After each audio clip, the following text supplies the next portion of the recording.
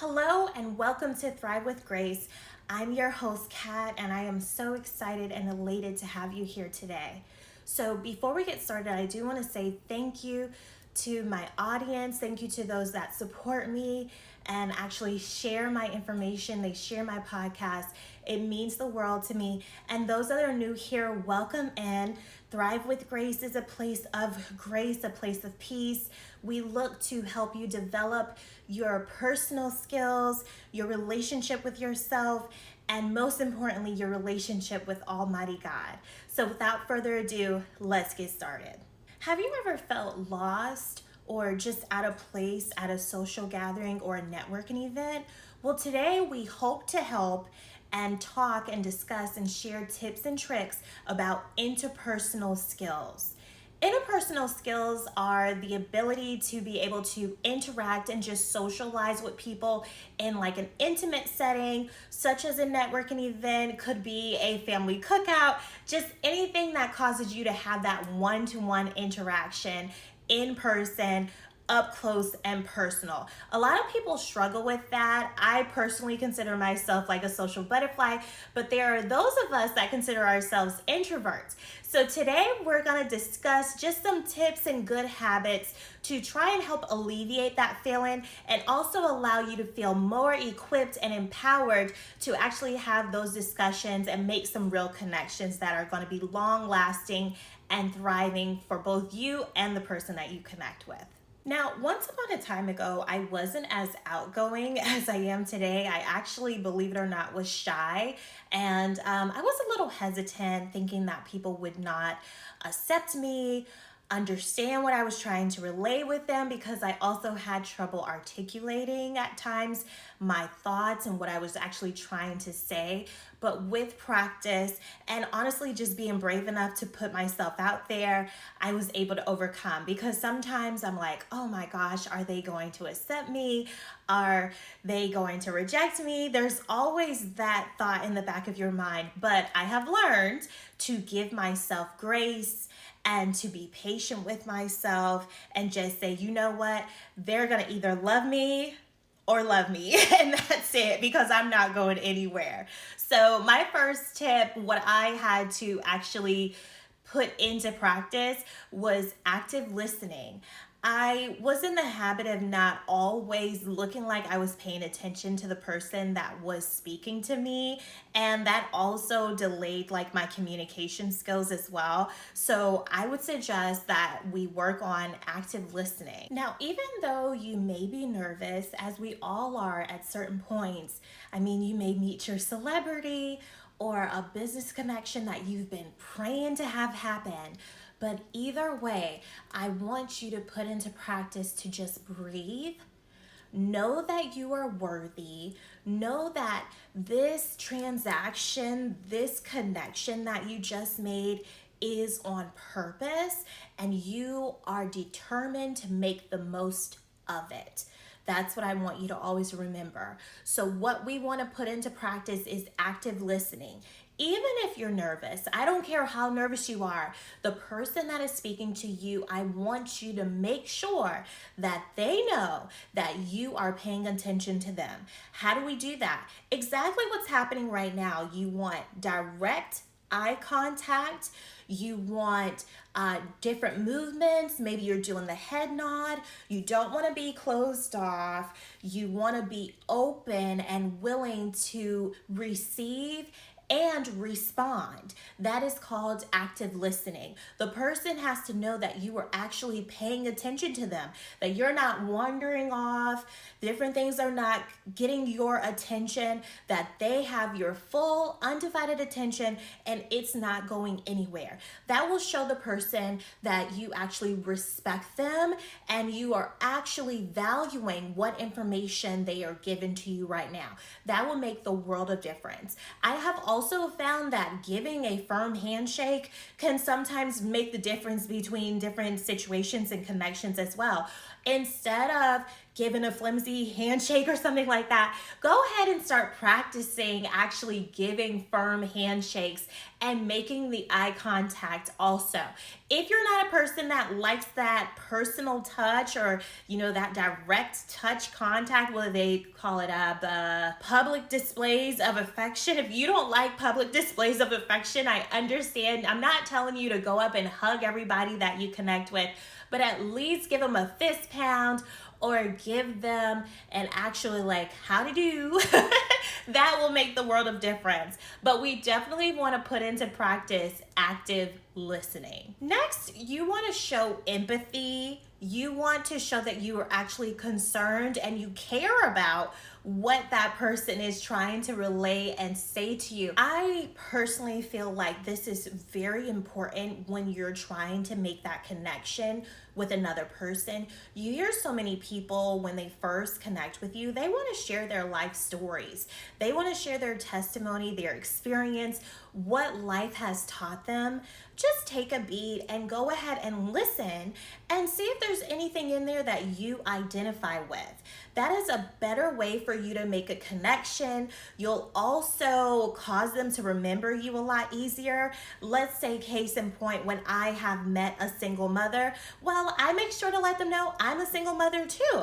I make sure to let them know I have 2 kids, that I'm a business owner, that I'm an entrepreneur. You just want to find something that you have a common ground with. You may like fishing, you may love the outdoors. Something like that that is going to be memorable and jog their memory, but you want to show that you actually care about what they're talking about. It means the world to them because people can tell when you're authentic and when you're just faking it. They're going to know that you're not really there, and that's going to cause them to check out, especially when you're at networking events and you're trying to connect with a fellow business owner or someone that is actually able to mentor you. They're going to know whether you actually care about what is coming out of their mouths.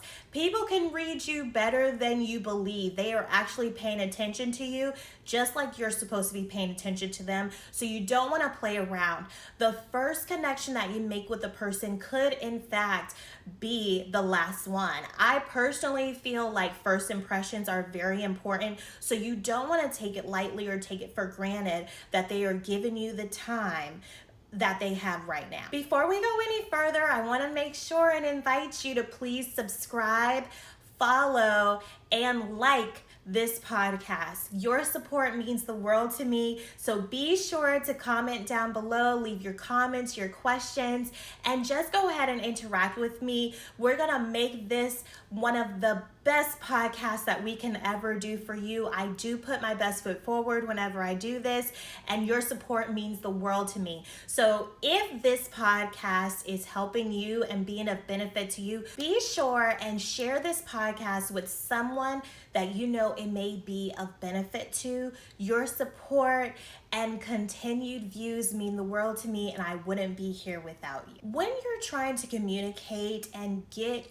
your thoughts over to the person that you're speaking with, make sure that you're taking a beat and actually listening to what you're saying. I know that sounds weird, but you kind of want to process what is going on in your head before you just go ahead and say it. Clear communication is imperative to interpersonal skills. You need to know how to clearly communicate with the individual that you're speaking with.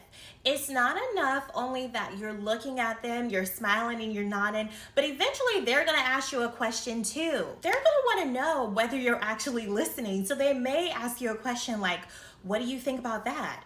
And you do need to be prepared and have an answer. But I am begging you, before you respond, just take a beat, take a breath, and before you blurt out the wrong answer, take a second to process what it is you're looking to say back and communicate. Clear communication is the key.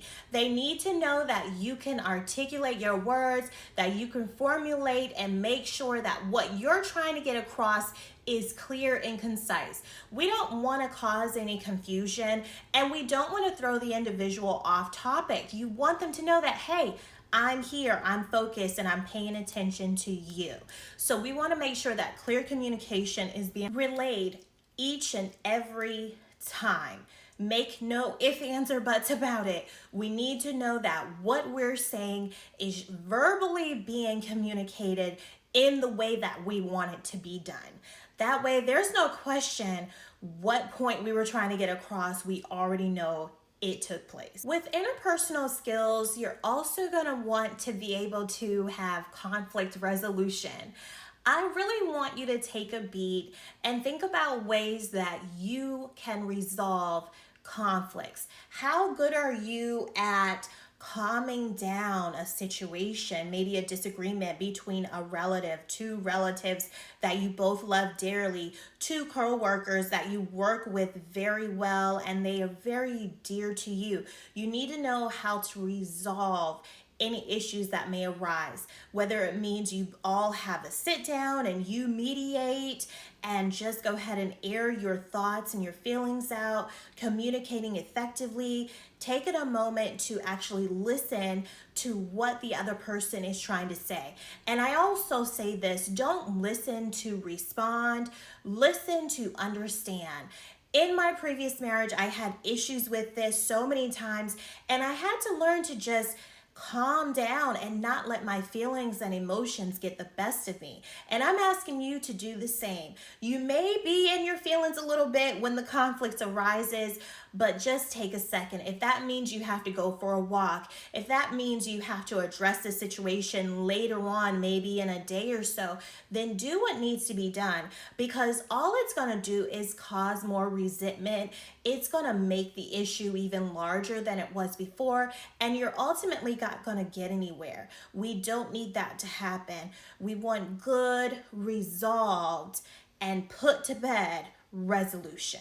Have you heard that saying, teamwork makes the dream work? Well, it's true in this situation as well. With interpersonal communication, you want to be able to work and get along with others. You don't want to be the person that's just bulldogging people, being bossy, being argumentative, confrontational. You want to be the person that is approachable and ready to do the work and collaborate with other people in your niche or in your circle. You don't want to be the person that says, oh, she's so hard to get along with. Oh my goodness, all he loves to do is argue. No, you want to be a team player as well. You know, there's so many chiefs and not enough Indians. And I like to say the best leader has a servant spirit. It is true in so many occasions, but I'm telling you, teamwork and the fact that you are a team player is going to make the world of difference when you're looking to connect on a business sense, especially if you're looking for a mentor. They want to know that you can take suggestions well and you can take feedback. And a part of that is being a good team player. Let's work together to get the resolution solved. Nonverbal communication is just as important as the other items that we discussed before.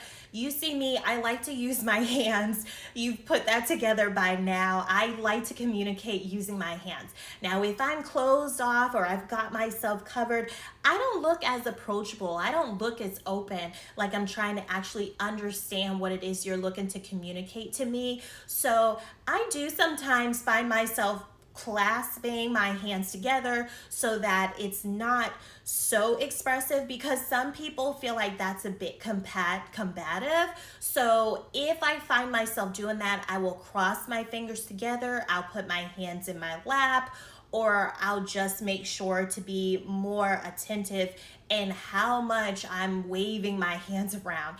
It is a habit, and I honestly have been working on it, but I haven't quite gotten the hang of it right now. But either way, sometimes your body language can tell on you.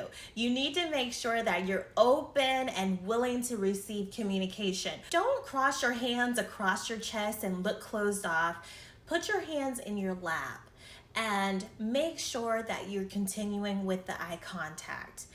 Next, we want to talk about negotiating. That goes back to the conflict resolution, right? We want to make sure that the individuals that we're speaking with know that we're willing to negotiate and come to a common ground. We want the same thing. 9 times out of 10, you both want the same thing. You both are looking to reach a common goal, and it just takes you working together to get to that point. Be sure to be open, be honest, and don't be afraid to express how you feel. Also, be sure to remember to be empathetic and look to understand what the other individual is trying to communicate with you. I promise you, it's not difficult, it's not hard. It's something that we should strive to do on a daily basis, not just in business, but in personal as well, especially in relationships. We want the individual that we're involved with, be it our children, our significant other, our partner, or what have you. You want them to know that you're willing to negotiate and understand and come to a common and well agreement, like a good solid agreement between you all that is going to work for both parties. That way the other person doesn't feel slighted and it doesn't feel like you're being selfish or just always trying to have your way. You want to make sure that everyone feels valued and everyone feels appreciated. In closing, the reason I want you to work on these skills is because not only will it make you a better person, but it will also help the individual that you're trying to connect with.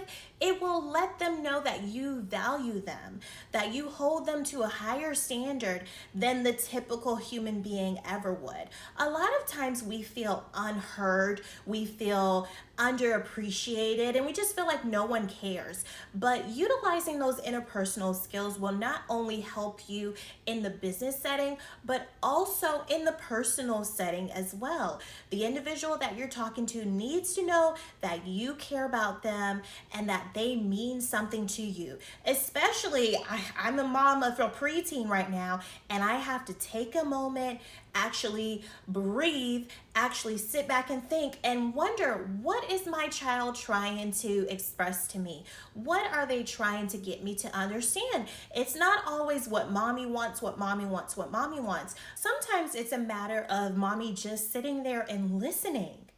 That's all they want. That's all my little one has wanted. She's wanted a shoulder to lean on, a shoulder to cry on, just someone that's not going to judge them, someone that's looking to listen without judgment, and then also understand. So I hope that this episode was a blessing to you. Please remember to subscribe, follow. Most importantly, share this with an individual that you think it will benefit and bless today. We look forward to seeing you in our next episode. Again, this is Kat with Thrive with Grace podcast. Be blessed. And if no one has told you today, I love you. Peace.